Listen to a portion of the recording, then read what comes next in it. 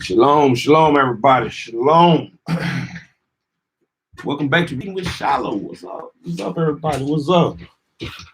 We are back here ready for the next book. The next book, which is The Valley of the Dry Bones by Dr. Rudolphf R. Windsor. That's the next one. Valley of the Dry Bones. Now, I've read this one once, but it's not going to hurt to go through it again. Because one time I know I missed a lot of stuff. Some stuff might hit me a lot more, especially now that I've read Sister Sharazad Ali's book. I might think on some other stuff. So, The Valley of the Dry Bones, man. The conditions that face black people in America by Dr. Rudolphf R. Windsor, which is another brother right there.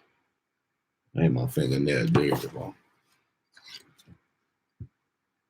Rudolphf R. Windsor, a native of New Jersey, settled in Philadelphia, where he attended community college studying psychology and political science, Grant College, where he majored in Hebraic studies, and Temple University, where he majored in Middle Eastern studies. He received his BHL degree in 1978. He says of his book, "My motive in writing it was to give the true history of the Afro-American, which has been suppressed and excluded from American textbooks. Moreover, the books that had been written on the Afro-American were grossly distorted and filled with misinterpretations and race prejudice. I was convinced that only when more African Americans and liberals began to write history would more truth be revealed. The author realizes that the current educators shouldn't be blamed for these conditions because they only inherit them from previous generations." Sounds a lot like something Ms. Sharazad Ali was saying about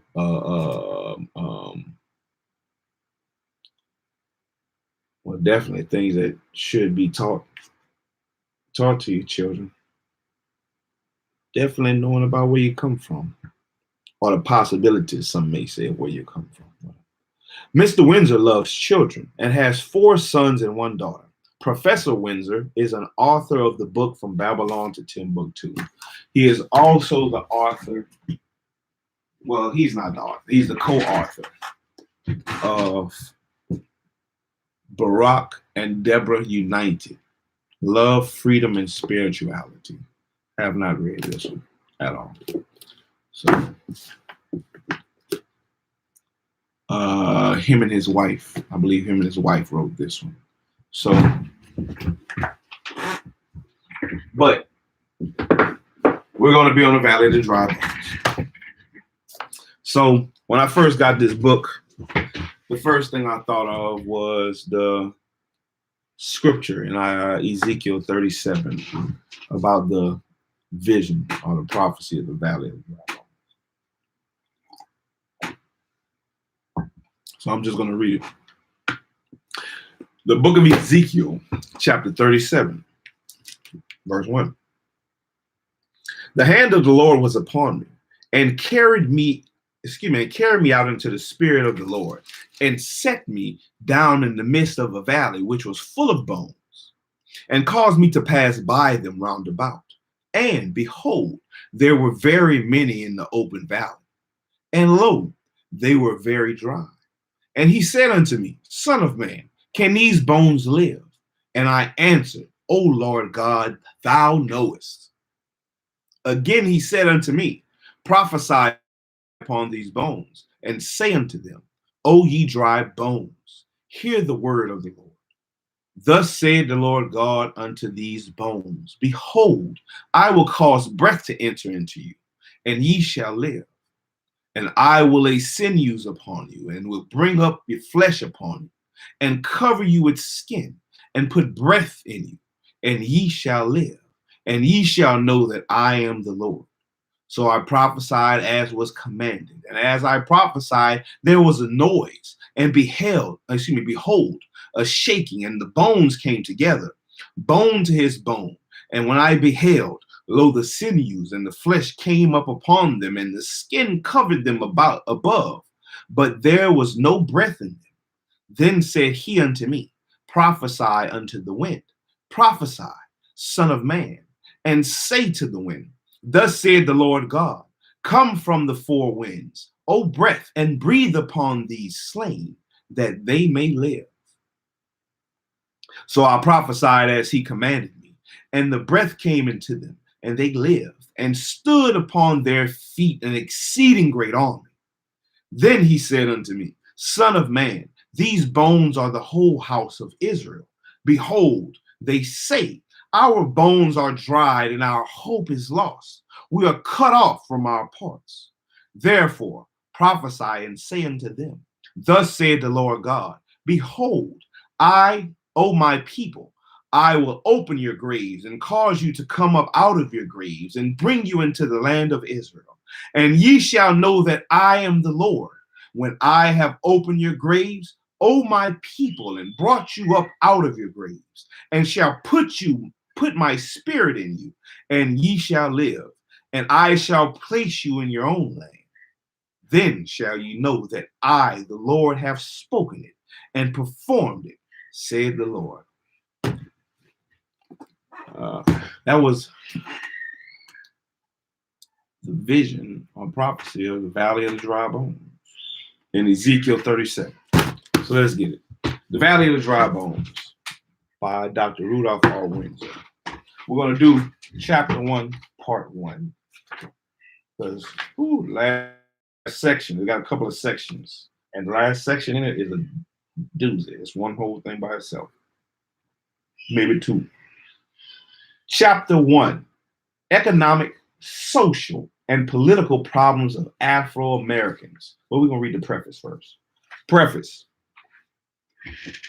For many years, I have analyzed and reflected on the profound problems of the Black people in America and the problems of mankind in general. I believe that there are definitive reasons for the plight of the Black people. I maintain that the sufferings of the Black people did not happen by accident, but are the direct result of the violation of universal divine laws. And until Black people study and correct these violations, then and only then can we extricate ourselves from the cesspool of social destruction. He that does not learn from his mistakes is doomed to repeat them. I strongly advise the reader to read my first book, titled From Babylon to Timbuktu. This book is a history of the ancient Black races, including the Black Hebrew Israelites. By reading my first book, the reader can acquire a background knowledge of my important points discussed in this, my second book. It behooves me to express my appreciation to the faculty of Gratz College and Temple University, who taught me much, although it was the knowledge of my remote and recent ancestors and their affiliation with the Marcus Garvey movement that gave me the key to the true understanding of Black history. Without the keys to understanding, the established educational institutions would have brainwashed me into a state of confusion and deception.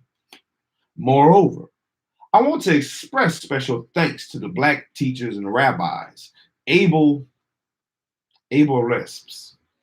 I don't know what it is.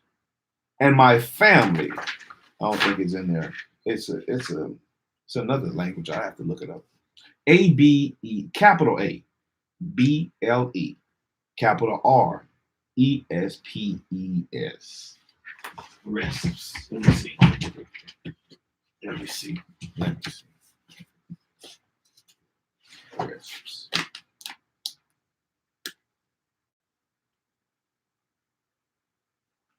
I probably should have been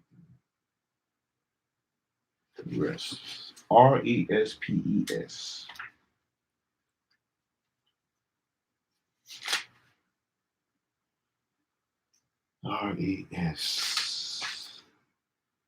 P-R-E-S-P-R-E-S.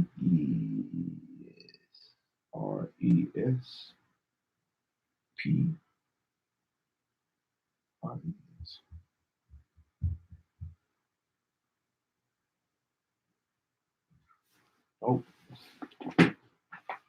you go to able, A-B-L-E, able. Are you able to do something? Yes, I'm able, willing and able. Able, A-B-L-E, A-B-L-E.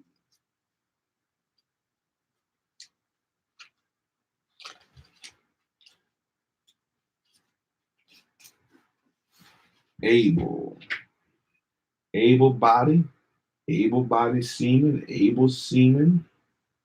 And I was kind of hopeful. Able rest, where is that? No,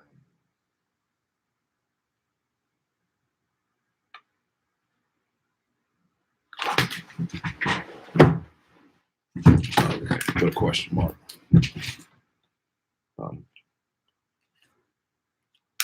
Moreover, I want to express special thanks to the Black teachers and rabbis and my family, mother, Leanna Jones, wife, Mary, uncle Stanley Clark, brother Cole Windsor, and cousin Zipporah Clark for the patience and understanding. The Valley of the Dry Bones. Chapter 1, Economic, Social, and Political Problems of Afro-Americans. The economic, social, and political problems of Afro-Americans.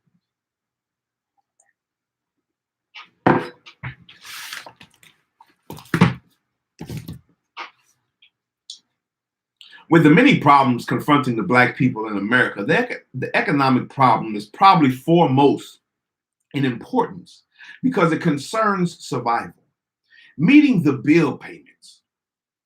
Later in this book, I shall deal with the social and political behavior of the Black people in America. In chapter 3, I shall convey my reasons why I believe the Black man is trapped in a state of terrible social decay. Afterwards, I shall give my solutions to our manifold problems. In the meantime, I shall realize, first of all, the negative behavior of the Afro-Americans in the economic sector.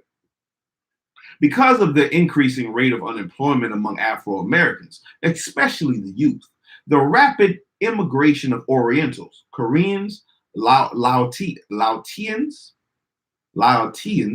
and Vietnamese to America, it behooves me to explain some of the reasons Black people do not own more businesses and have higher rate of employment. The Black people in this country don't control more business because of their false orientation and negative thinking. As a man thinketh, so is he. Gradually, after many years, I have experienced and learned that events and things in this world just don't happen by accident, but are caused by man, who is under the influence of the universal divine presence. Where there is an action or deed, there will be, sooner or later, a reaction. This is universal law. This is universal law.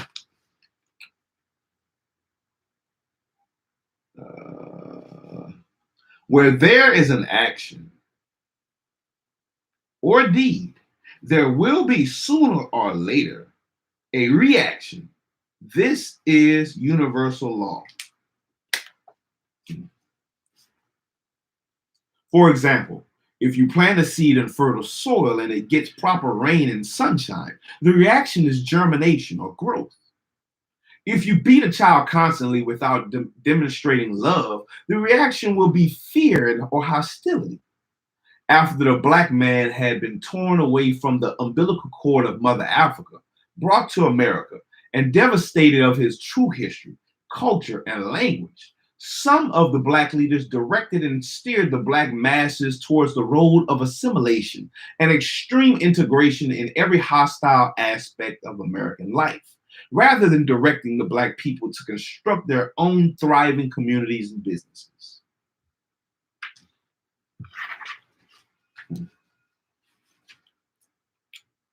It definitely goes into Things your parents should have told you. We should have told you.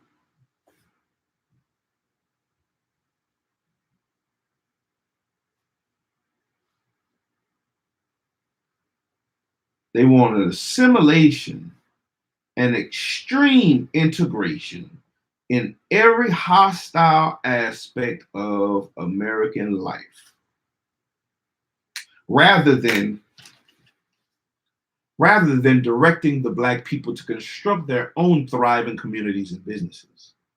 The psychological reaction to this kind of leadership took shape like a maniacal fever. Integration meant for Blacks uniting with the white race in politics, businesses, and social entertainment. But Black people had no bargaining power. White was right. It was the best and no less. People thought the integration mania grew in such great proportions.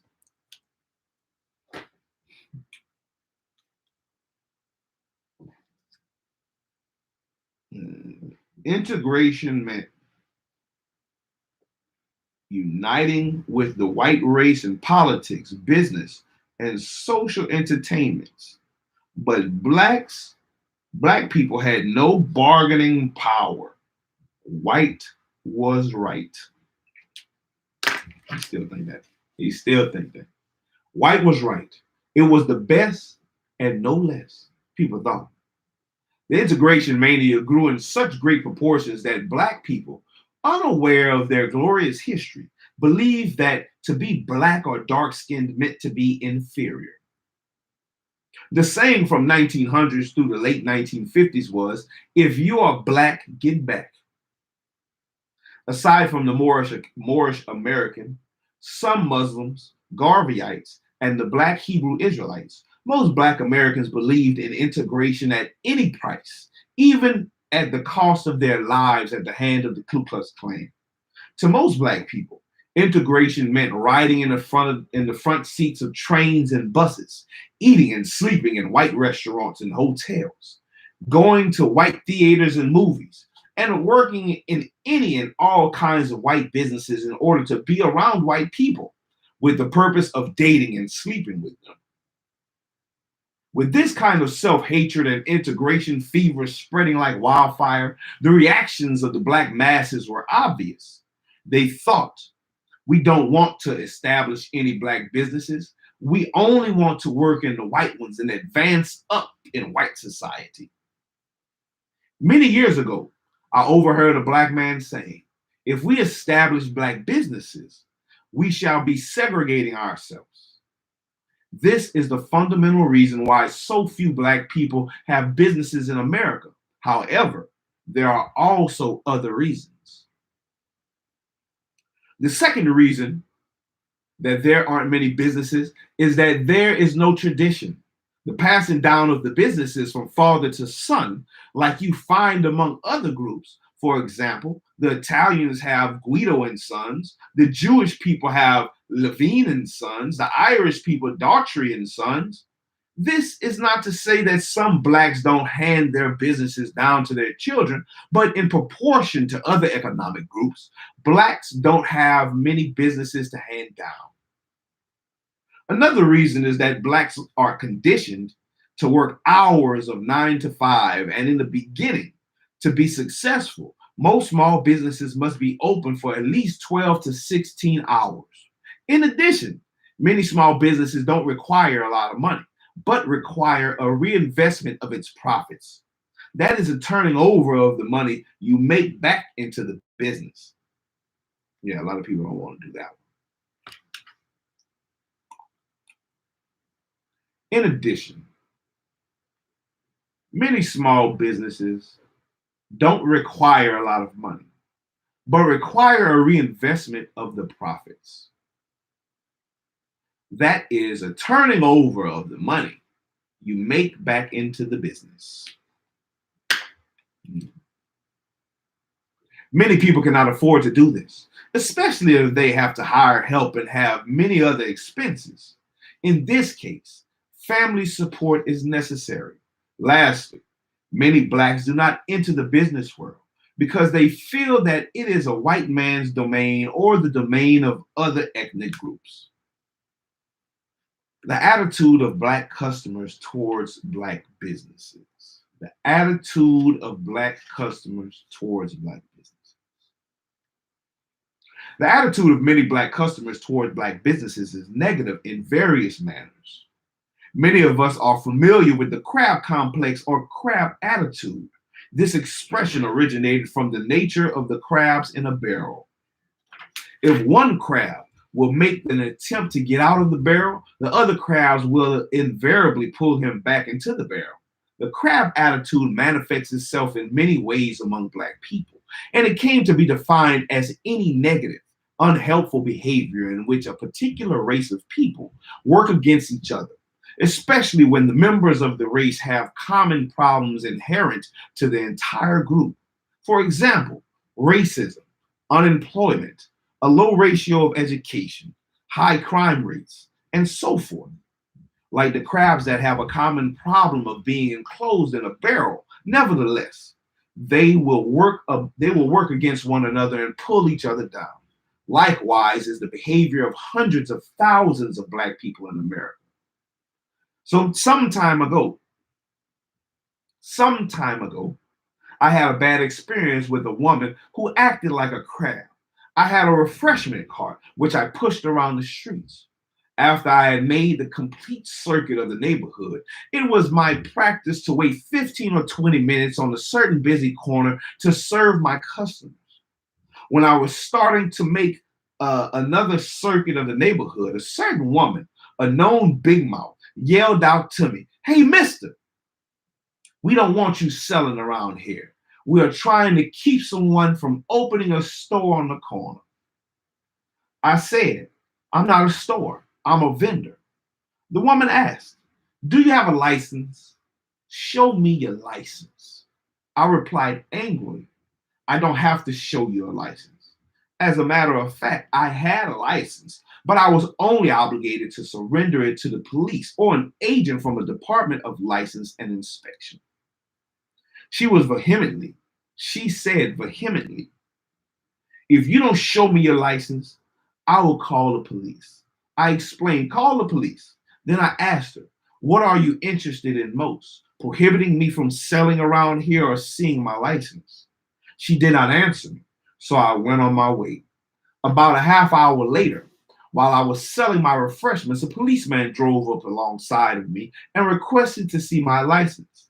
I showed it to him, and he read it and said, "You're all right. Continue on with your business." If you are like me, you can probably conjecture what the white police officer thought and said to his relatives and friends. Let us pretend for a moment that the police officer is attending a party, and one of his friends approaches him and asks, "How are things going in the police department, Joe?" Joe answered, "Everything is pretty good. The other day, they transferred me to an all-Black neighborhood, and I'm learning a lot about Black people that I didn't know before, but had only heard about." "What do you mean, Joe?" "Well, yesterday, I received a call about a man selling on the streets without a license. After investigating the situation, I found out that the man had a license. You see, many people complain that Black men are lazy and don't want to work, and yet, when one found the job and tried to make an honest living without stealing, one of his own kind reported him to the police. I just don't understand these niggas. They are against their own kind, and they have a nerve to talk about white folks. Many Black people have their own professional stories, or own personal stories, that they can tell about the crab complex. There are many other negative attitudes that Black people have towards Black business people. Some are understandable and others are not. First of all, many Blacks believe that a Black man or woman should not be in business. Many believe that this is a white man's domain. Moreover, they look at another Black business person as if to say, "You should not be in business," or "How in the hell do you manage to get into business?"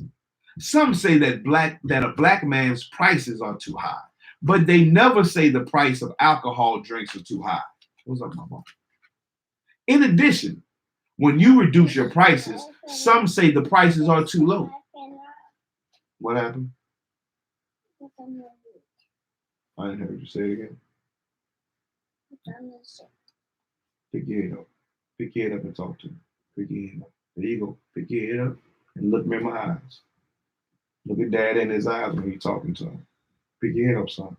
Even if I understand you might hurt yourself, pick it up. Pick it up. Pick it up. You gotta pick your head up. You all right? All right. In addition, when you reduce your prices, some say the prices are too low and think that something is wrong with your products. When I was in the fruit and vegetable business, I sold tangerines, 20 for $1. Once a lady said to me, 20 for $1? How can you sell them 20 for $1? What is wrong with your tangerines that you are selling them so cheap? Nothing, I said. If you don't want 20 for $1, I'll sell you 10 for $1. Yeah, that's the birds. There's a lot of birds.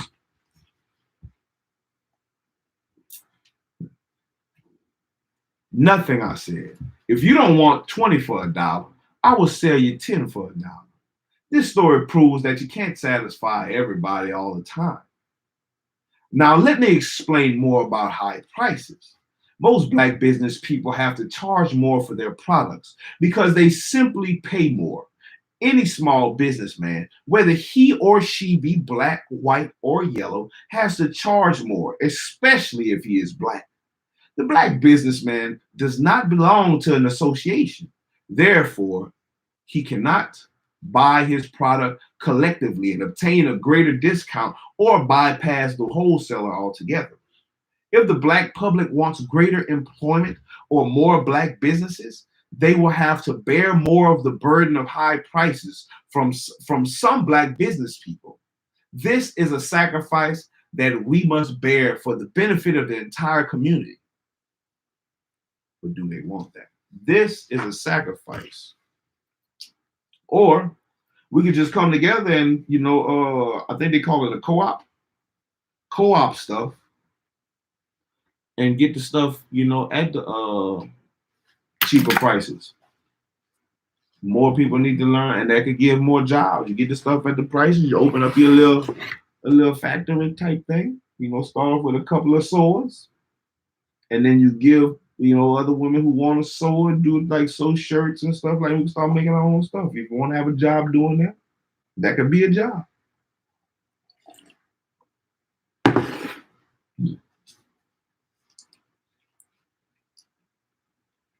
This is not asking too much, because many black people in the first place are penny wise and pound foolish. This saying is derived from the English monetary system, in which a pound is something like $1. So the cliche above refers to a person who endeavors to save a little and, on the other hand, is foolish because he spends or wastes a lot. When a black person is financially able to buy from the black business and refuses to do so, but buys from a supermarket to save 99 cents, and after that goes to the seashore or on any type of vacation and spends anywhere from $500 to $5,000, he is pound foolish. Moreover, if a person goes to a supermarket rather than a black business, and then goes to the liquor store or the bar and spends anywhere from $2 up to $200, he is foolish and pound foolish with no racial pride or principles. What's up? You want to sit up here with Daddy? Come on. All right. The lack of black businesses result in the destruction of the black community. How so? The lack of black businesses results in the destruction of the black community. How so? The lack of black businesses results in a higher rate of unemployment, especially among males and youths, leaving thousands of black males idle, standing on the corners cursing, drinking, shooting craps, and scheming to commit crime as a result of unemployment. The crime rate skyrockets. Excuse me. Yeah. As a result of unemployment, the crime rate skyrockets. Empty stores become burglarized by the unemployed men. The decent, stable people in the community move out. But before they can sell their homes, the dwellings are vandalized by the unemployed and the dope addicts who seek to sell what they have stolen in order to satisfy a $75 a day habit. Of course, the price of dope is set by the kingpins of organized crime syndicates who saturate the neighborhoods with the poisons that destroys all communities, and particularly the black ones. Blacks rip each other off by saying, "A nigga ain't shit." Hey, bringing down the esteem and self-image of a people trodden underfoot for generations. These unemployed become poor family supporters. The basic unit of society, the family, is broken up. The black woman becomes tired of her unemployed man or husband. She does not need him anymore. She is either working or on welfare and does not respect the black male anymore. She can get all she wants from the system, which caters to the woman. She can get all she wants from the system, which caters to the woman. Sound like the Willie Lynch. She can get all she wants from the system, which caters to the woman. No, not that. That was for words I don't know. When I look up words, I'm gonna hit it with the orange marker. The orange marker. Orange marker. The system gives her a job quicker than her man. If she is not working, she gets food stamp, money, medical assistance, and a grant for college. All she needs is a baby or two or an apartment, and the state will not be late with assistance. This kind of behavior in the black community, the crime, the vandalizing, the dope traffic, the self-hatred, the breakup of the family causes division in the black community.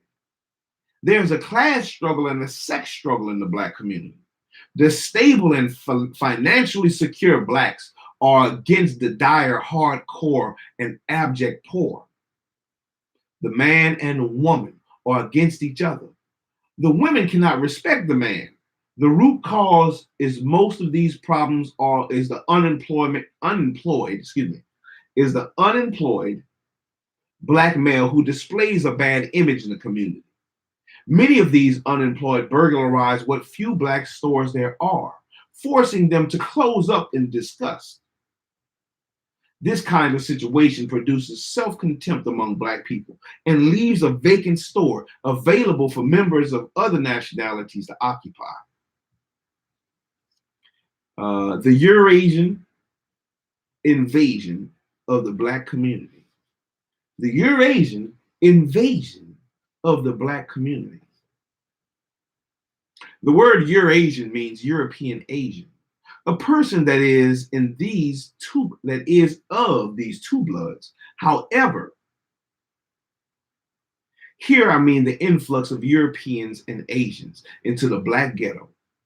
In this section, I shall examine the impact that the other ethnic groups, particularly the Orientals, are making among the black people, especially in the larger cities. In recent years, the black community has had a rapid influx of Orientals, including Koreans and Vietnamese. Most of these Orientals have settled in the large cities, and some have settled in smaller towns across America. Some Orientals, as well as other immigrants, are told to open up businesses in the black community. They are told what to sell, What Black people like to eat. It seems as if there are Koreans on every corner, and in between the corners, you find more Koreans, Greeks, and a new immigrant, Italians. In the city of Philadelphia, you find a new pizza shop franchise. These Italians came into the Black community a short time ago. Some of them can't speak English, but have become our lords and masters. They collect our money and give us steak sandwiches and pizzas. We work hard all week. The few of us who are employed then often wait in long lines to be served by Europeans. We sometimes accept insults from them that we would not accept from another Black person, and yet we continue to take our money to them like docile lambs. These immigrant businessmen make us feel as if they are our lords and masters, like Genghis Khan, the pharaohs, and the Caesars of ancient Rome, and we are their subjects.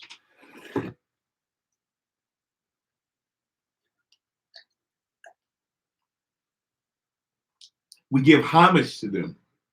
In which way is this true? We as a race allow them to establish stores in our areas. We watch them do it, and we do nothing about it. We go bowing unto our lords, taking them baskets full of our money. We are happy to take it to them because we recognize that we are weak and they are strong. We respect and honor them. If this wasn't true, or if this weren't true, we would not patronize them.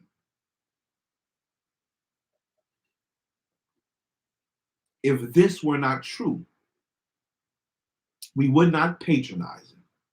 We say in our hearts, Mr. White Man and Mr. Yellow Man, you can have my money, but a nigga's teeth may grit.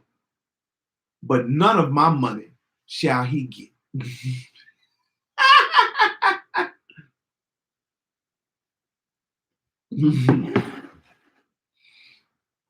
Mr. White Man and Mr. Yellow Man, you can have my money, but a nigga's teeth might grit, but none of my money shall he get.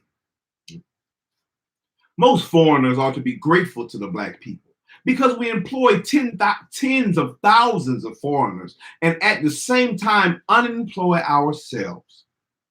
Can a people be so stupid? Yes. When a people are brainwashed, they can be incredibly stupid. We employ foreigners in this manner. After the aliens have established businesses in our communities, we, the unemployed, Blacks have the highest unemployment rate, take our money to them, making jobs available for the fathers, mothers, sisters, brothers, sons, daughters, and friends. By taking our business to them, we're keeping them employed and keeping ourselves unemployed. It is as simple as that. The aliens take the money that we give them and help their own race. They take our money to help newer immigrants expand their businesses. The Italians give to the Italian Business Association. The Koreans give to the Korean Association, and so on. You can't blame any race for helping their own. This is what God wants each race and family to do. Help your own kind first. This is what God wants.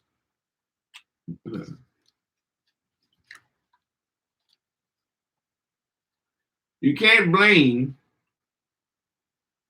any race for helping their own. This is what God wants each race and family to do. Help your own kind first, then help others. You know, there's a song. I don't know who made it. Sweep around your own front door before you try to sweep around mine. Help your own kind first. Help your own kind first. Then help others later. Love your own first, then love others later.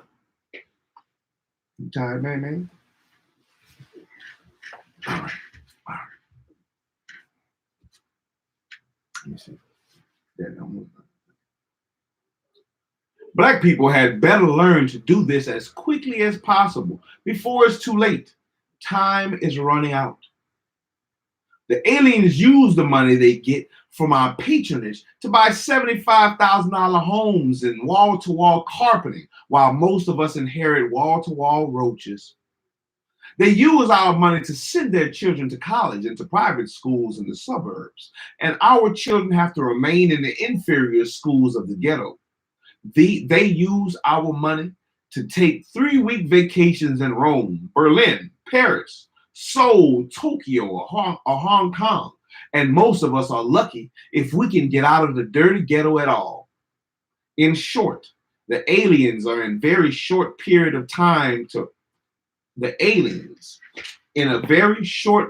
of time rise higher and higher up the social ladder. And most of the blacks get lower and lower.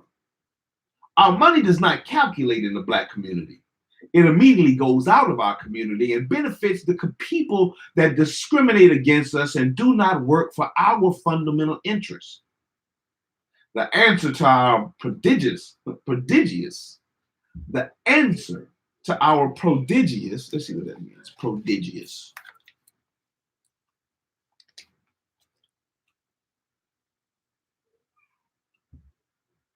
Prodigious. Prodigious. Prodigious. The answer to our prodigious.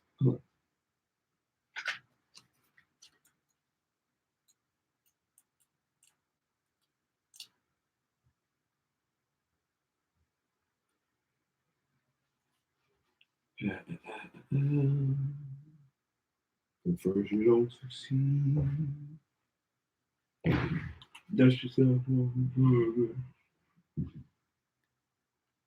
Prodigious, amazing, or enormous. Amazing, enormous.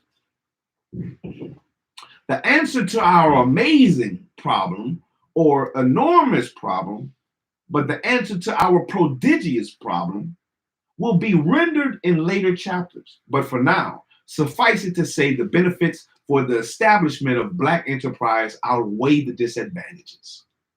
In the beginning, the price of patronizing black businesses will be high in some cases. However, in the long run, it will be beneficial to the black community as a whole. How so? Number one, it will create jobs. Black businesses and jobs will engender more self-esteem and respect for one another. Number two, it will remove the blight from the community. Number three, it will make the black economically self-sufficient. Number four, the problem of job discrimination will be reduced. Number five, black businesses will have the ability to retain the professionals and people of high standards in the community, which is necessary for a good image and revitalization of the black community. The black political struggle after the Civil War background. The black political struggle after the Civil War background.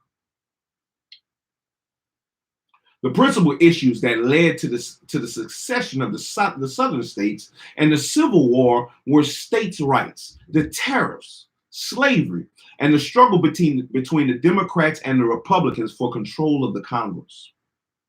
During the period between 1790 and 1860, the Democrats controlled the federal government for 50 years out of 70. During this period, the Democratic Party was the party of the slaveholders. Abraham Lincoln's Republican Party freed the slaves and began to give them civil rights. Perhaps it is more proper to say that the blacks freed themselves with the help of God. The Civil War started in 1861, and in the early stages of the war, the Union Army suffered several major defeats. The Second Battle of Bull Run was a major Union disaster. The defeats like this one motivated Lincoln and others to recruit blacks into military service, a move that, up to this time, the men in power had resisted. The industrial might of the Northern and the flower of white manhood could not alone win the Civil War from the Union of the United States. This fact is confirmed by Abraham Lincoln himself. When requested in the year of 1864 to give up the use of black slaves, Lincoln declared, "Take from us and give to the enemy the 130, 40, or 50,000 colored persons now serving us as soldiers, seamen, and laborers, and we cannot longer maintain the the war." History demonstrates that most wars fought by the United States could not have been won except by the help of God functioning through the unwavering loyalty and supreme sacrifice of the black man.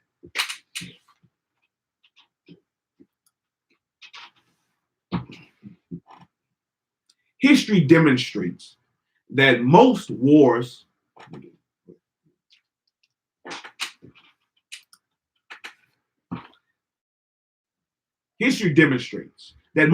fought by the United States could not have been won except with the help of God functioning through the unwavering loyalty and supreme sacrifice of the black man. After contributing his body, sweat, toil, tears, soul, winds, and blood for the development and security of this nation, the black man has still not acquired complete social and civil rights, but is slapped in the face every day. The trends indicate that he is on the verge of losing some of his civil rights he has gained. I shall deal with this point more fully later in this chapter. The transitional objectives. After the defeat of the slaveholders, which are the Democrats, or were the Democrats, after the defeat of the slaveholders during the Civil War, the main objective of the federal government under the leadership of the Republican Party can be outlined as follows. Number one, the information of a huge relief bureau to support the immediate needs of the ex-slaves.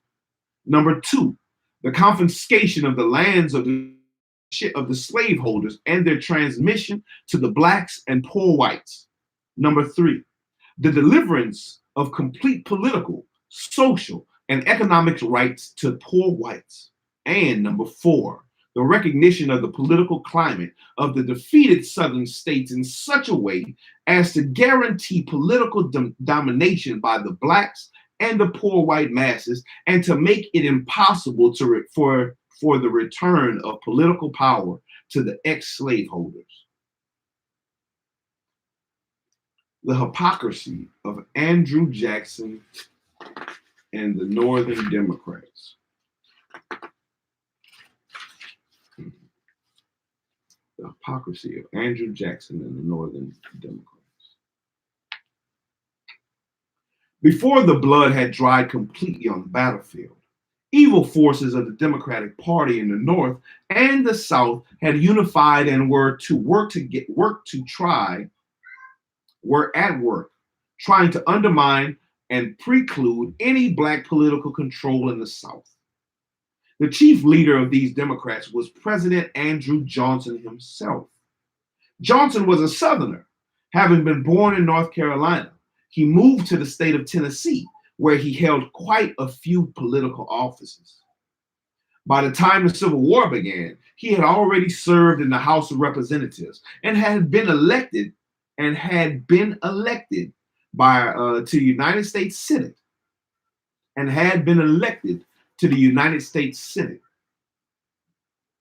When the South seceded from the Union, the Southern politicians walked out of the Senate, and Johnson was the only Southerner to remain there. When Lincoln became president, he appointed Johnson military governor of Tennessee. When President Lincoln ran for a second term, the Republican Party drafted Andrew Johnson as Lincoln's vice president. Lincoln and Johnson won the election on the Republican ticket, but Johnson never became a Republican. Finally, Lincoln was assassinated on April 14, 1865, and Johnson became the Democratic president, although he had been elected on the Republican ticket. When Johnson became president of the United States, he immediately said, treachery must be made infamous, and traitors must be punished and impoverished. This statement led many, especially the radical Republicans, Charles Sumner, Thaddeus Stevens, and others, to believe that Johnson intended to deal harshly with the rebels. Punishing the rebels was the precise intention of the radical Republicans. But Johnson's harsh statements on the rebels was nothing but a smokescreen to conceal his true desire, the restoration of the ex-slave holders to power, and to throw his opposition in Congress off guard. Time has proven this fact to be true. Moreover, his subsequent deeds and actions testified against him and against the Democratic Party north and south of the Mason-Dixon line.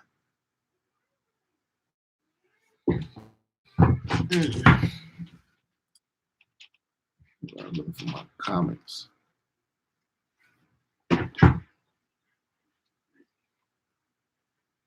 Within 3 months, President Johnson came into a conflict with Congress. He made a complete about-face, asserting that the Southern states had never been out of the Union, that the power to reconstruct the South belonged to the president and not to Congress, and that there must be lenient terms for the rebelling states. Just 6 weeks after the assassination of Lincoln, on May 29, 1865, President Johnson issued his amnesty proclamation, which said, all persons who had participated directly or indirectly in the rebellion, save certain groups,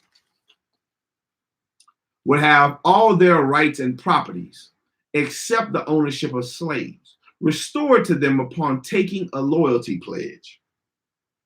Those not pardoned included Confederate government officials of the South, or those that deserted from military, judiciary, congregational, military,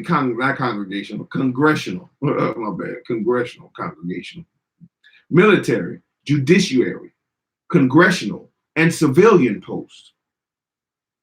Those not pardoned included Confederate government officials of the South, or those that deserted from military, judiciary, congressional, and civilian posts, or those who had brutalized black soldiers, or those who had an annual income of $20,000 or more who had been involved in the rebellion. This list only included a relatively small group of rebels.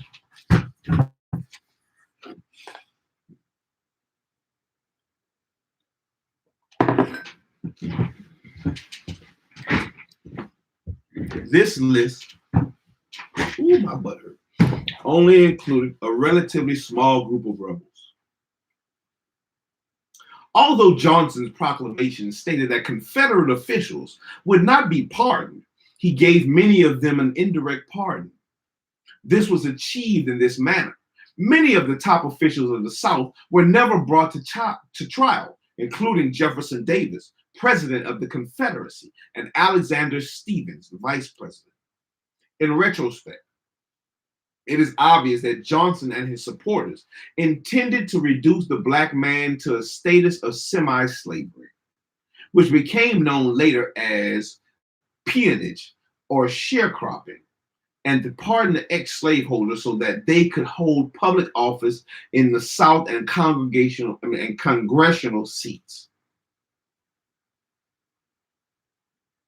Johnson sought to keep the black man in a state of semi-slavery by returning the big plantations to the planters instead of dividing up the plantations and distributing them to the black man, 40 acres and a mule. This dire situation kept the black man destitute, landless, weak, with no place to go but to remain on the plantations, living under the hostile yoke of some slave masters, to be exploited to the highest degree. Again, Johnson pardoned the rebels in order to enable the ex-slaveholders to sit in local, state, and federal governments, rendering them political power over the helpless blacks. Man, how much of that was pushed down from that time to now? How much are they still holding that position? Like, being realistic. I don't care how you think integration has gotten, but realistically. After Andrew Johnson established all white state governments in the South, although 4 million blacks lived in these states, the white Southerners enacted black codes. Because in the stringency of these laws, many Northerners believed that their aims were to keep the black man in a status of involuntary servitude, if not actually slavery. Blacks could not function as preachers without a license. They were not permitted to carry firearms. The blacks could not serve on juries, nor could they vote. They were denied the choice of approaching whites unasked, and they could not own land. Man. Any white man, rich or poor, could arrest any white man, rich or poor.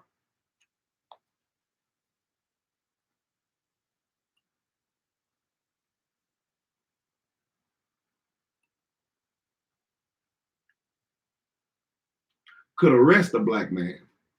Any old Joe Snow. That's where that Karen stuff come from. That's where the Karen stuff come from. Any white man. But now, they could, anybody could arrest us.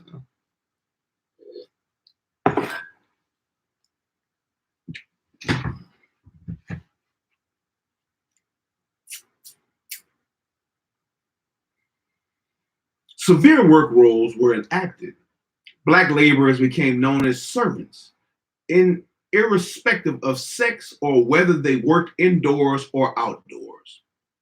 And the employers were known as masters. Employers could flog a laborer under 18 years old and older laborers by the mandate of a judge.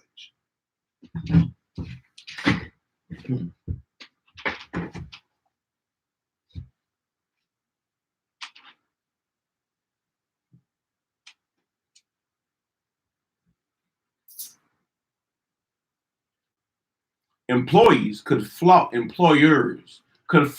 a laborer under 18 years old and older laborers by the mandate of a judge. For the violation of working sites before the termination of their contracts, they could be arrested and all costs charged against them. In the spring and summer, they worked from 12 to 16 hours a day. When slavery was abolished and the Civil War came to an end, the free man left the plantations to look for work in other places and to find scattered members of their families. New regulations sought to discourage this movement. Blacks were required to go to sleep at an early hour. Laborers who were missing from their jobs were fined. The amount was double their wages. If anyone ran away from his work, he could be arrested and hired out to other master employers. This was the beginning of the horrible peonage and sharecropper system in the South. The concept was to bind the black man to the plantations like an inmate to the penal institution, as was accomplished under slavery. When the Congress convened in December of 1865, the vast majority of the senators and congressmen from the rebellious southern states stood in the halls of Congress to appeal for their seats. The audacity of the ex-slave masters is manifested by the fact that the new representative of the notorious South were the 4 Confederate generals, 6 Confederate cabinet officers, 5 colonels, 58 Confederate congressmen, and Alexander Stephens, the vice president of the Confederacy. Although President Johnson had organized the South became its chief benefactor and brought Southerners to the doors of Congress, His power ended here. All Congress itself had the authority to admit new representatives. Only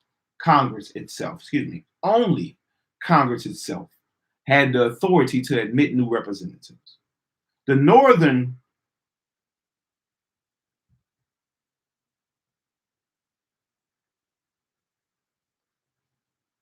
oh man, I never looked at this word.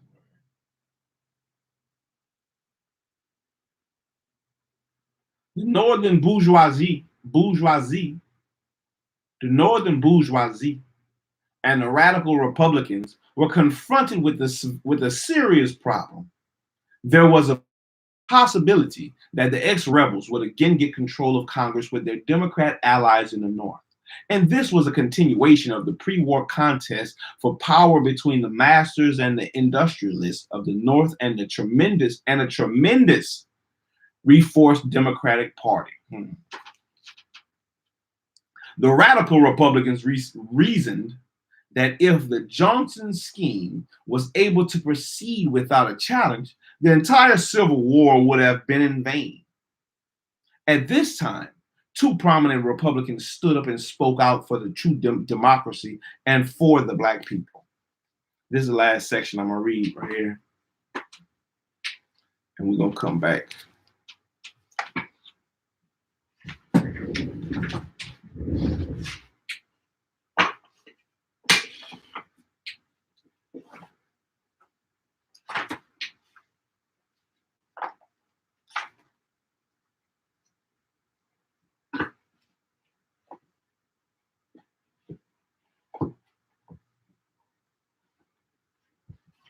That's going to be the last section. The emergence of Black political strength in the South.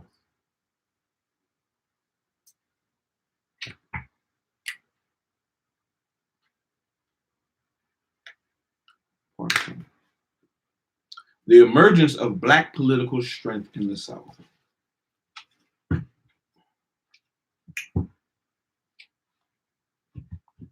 There were two important Republicans who initiated legislation in Congress that made it possible for Black men and poor whites to gain civil rights: Charles Sumner and Thaddeus Stevens.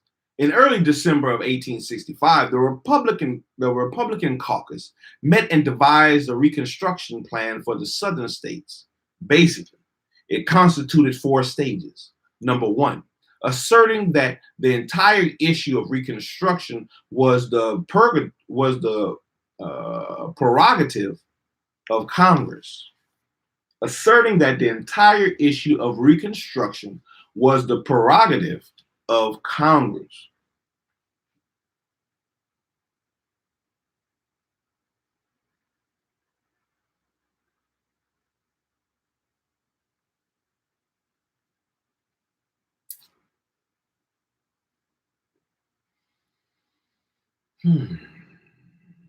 Number 2, considering the moves taken by the president as only temporary. Number 3, asking the House and the Senate to suspend action on the consideration of the acceptance of the rebels from the South.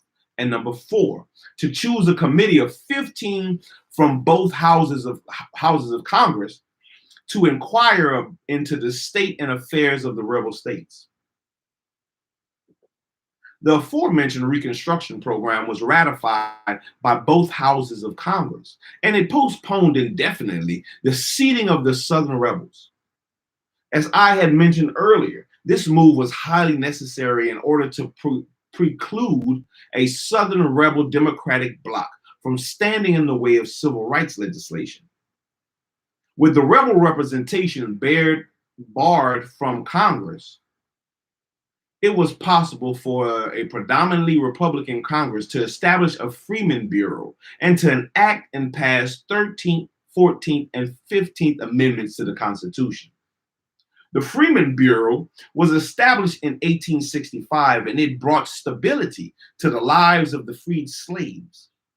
At that time, 4 million slaves had been released from slavery at once, creating a serious social and refuge problem. Many were destitute. They did not own land.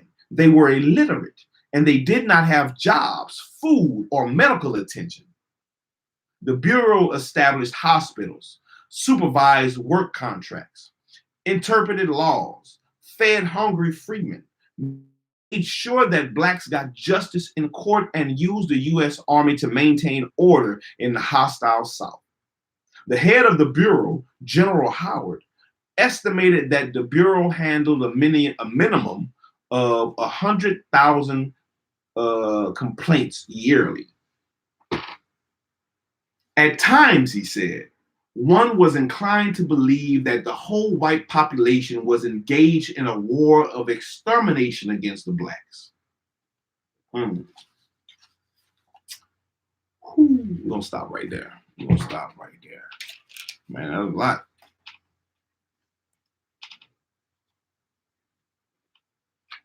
That's part of that go along, get along.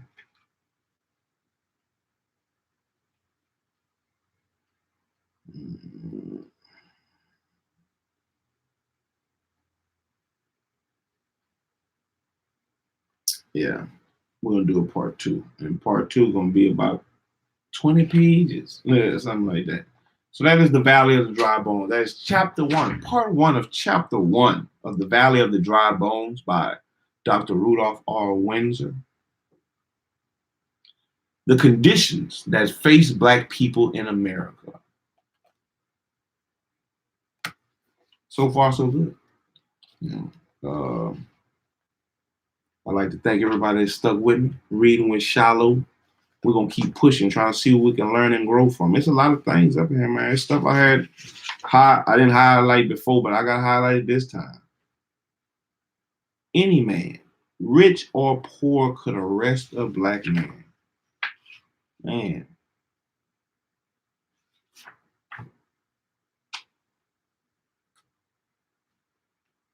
I'm going to put my son down in the bed. But we'll come back next time with part 2 of chapter 1. Part 2 of chapter 1. So far, so good. So far, so good. It's going to be a lot of info in here. A lot of historical stuff. Some stuff you can look up. Pen, paper, take notes. Yeah. But you should do that on a lot of stuff, you know.